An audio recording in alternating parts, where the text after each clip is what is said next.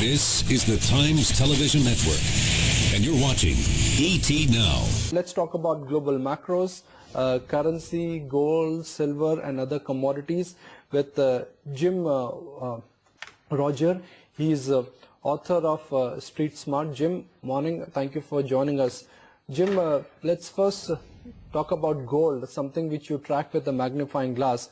Gold prices are down more than 5% in the month of May after that sell-off in the month of April. And silver prices, meanwhile, are topping the volatility chart, are down by 26% in the current year. How would you look at precious metals in past 2 months? We've long been overdue for a correction in precious metals, which I've discussed with you and others many times. Gold was up 12 years in a row, which is extremely unusual for any asset. I know of no asset in history that's been up 12 years without a declining year. There may be something, I just don't know about it. So gold was overdue for a correction. It only had one 30% correction in 12 years. You know, normally things correct 30 or 40% every year or two. So gold, the anomaly in gold was the price action for 12 years. Now, hopefully, we're having a long overdue and necessary correction. It could go on for a while longer. Then gold will make a new bottom, a sound bottom, after it scared a lot of people, and then the bull market will continue. Jim, hi, morning. So while on paper gold has been getting sold, the physical buying has picked up from US to India now. Asian markets have paid premiums to acquire bullion in the past month. What do you read in the trend? Well, that's not quite exactly true or correct, because you know, the gold ETFs have had big redemptions, and that's physical gold too. People have been getting out of physical gold. Yes, the shops claim to be packed, and some of them are, and you talk about a premium, but that's because the shopkeepers won't lower the price. The shopkeepers are stuck with high-priced gold, and they won't sell it. Fortunately for them, there are people who come in and pay absurd premiums. But one does not have to pay those premiums to get gold these days, and one can find gold if one is diligent. Jim, where do you see silver and gold prices trading by the end of the year?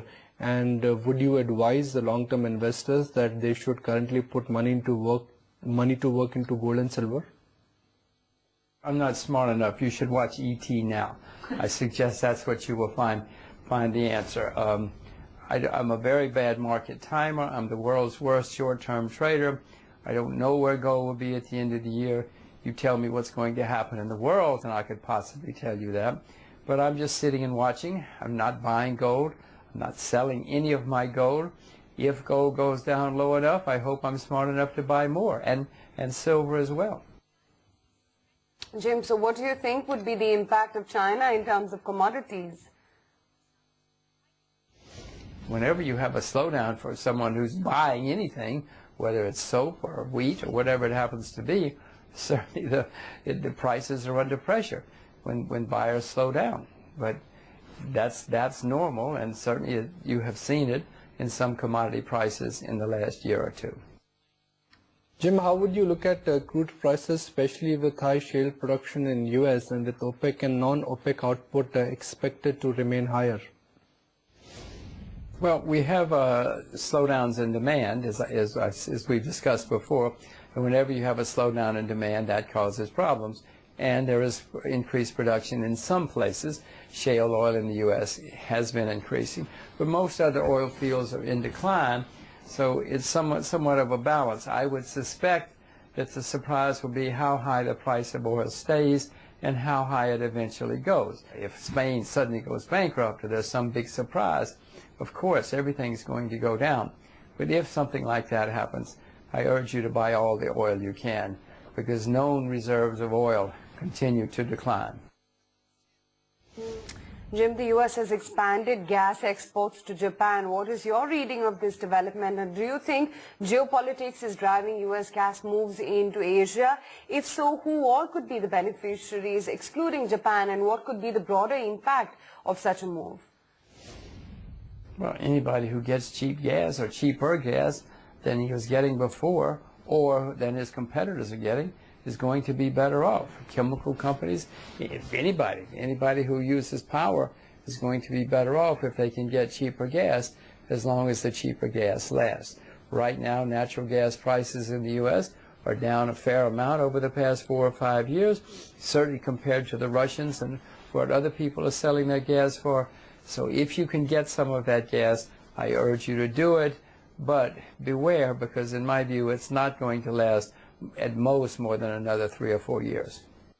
Jim, the US dollar index is up by nearly 2.5% in the month of May. It has gained versus most Asian and emerging market currencies. What is your reaction to the latest US Fed comments, and how long do you think US Fed will follow this accommodative monetary policy? Well, which Fed statements? You know, those bozos don't have a clue. One of them says this and one of them says that. So they don't really know what they're doing, and they're proving they don't know what they're doing. Mr. Bernanke, who's the head buffoon, has said that he is going to keep interest rates down until 2015 at least. Now, Mr. Bernanke also seems to be indicating he's going to leave when his term is up in 2014. I suspect he will leave because he doesn't want to be around when the problems really hit. What he's doing is madness. What all central banks are doing right now is most central banks is madness. And I'm sure Mr. Bernanke wants to get out before the problems really erupt next year and the year after. This is not going to be fun. This is not going to be fun. Jim, but would you say the traditional value assets like real estate and gold are perhaps losing interest in the near term to more high-yielding assets?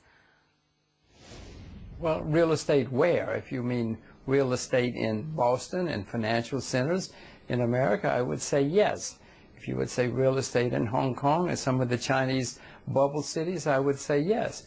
But Aisha, there are plenty of places where real estate is very cheap. You can buy agricultural land in Africa for nothing. You can buy agricultural land in many parts of Asia for nothing. So it depends on where when you say real estate. Okay. Jim, base metals have had a rocky ride too. What kind of impact do you see of China having a impact on some of the commodity transactions? So do you think in the near term base metals as a category could be under pressure? Well, what they're doing is they're putting a halt on commodities, using commodities as collateral and getting more loans. By the way, the Bank of India is doing the same thing right now. They've just cut back on using gold as collateral in the banking system in India. And that, by India, by the way, is the main reason that gold prices have been weak in the last several months, in my view. But anyway, India's doing the same thing that China's doing with some metals as well.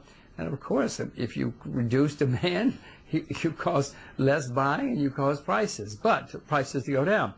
But I would point out that things like nickel are now lower than the average cost of production. Some of the lead mines, in fact, most of the lead mines in the U.S. have to close at the end of this calendar year. So there are things going on in the base metals markets which are cause for optimism. Agricultural commodities have not been able to sustain at high levels. Coffee, corn, soybean, rice, all of them have declined from the highs they made earlier this year. How should one approach agri-commodity as a group now? Well, I am more optimistic about agriculture than most other things. Inventories of agricultural products are near historic lows. Maybe we'll have great crops everywhere this year, and they will stay down. But again, inventories are near historic lows. We're running out of farmers. The average age of farmers is getting very old throughout the world.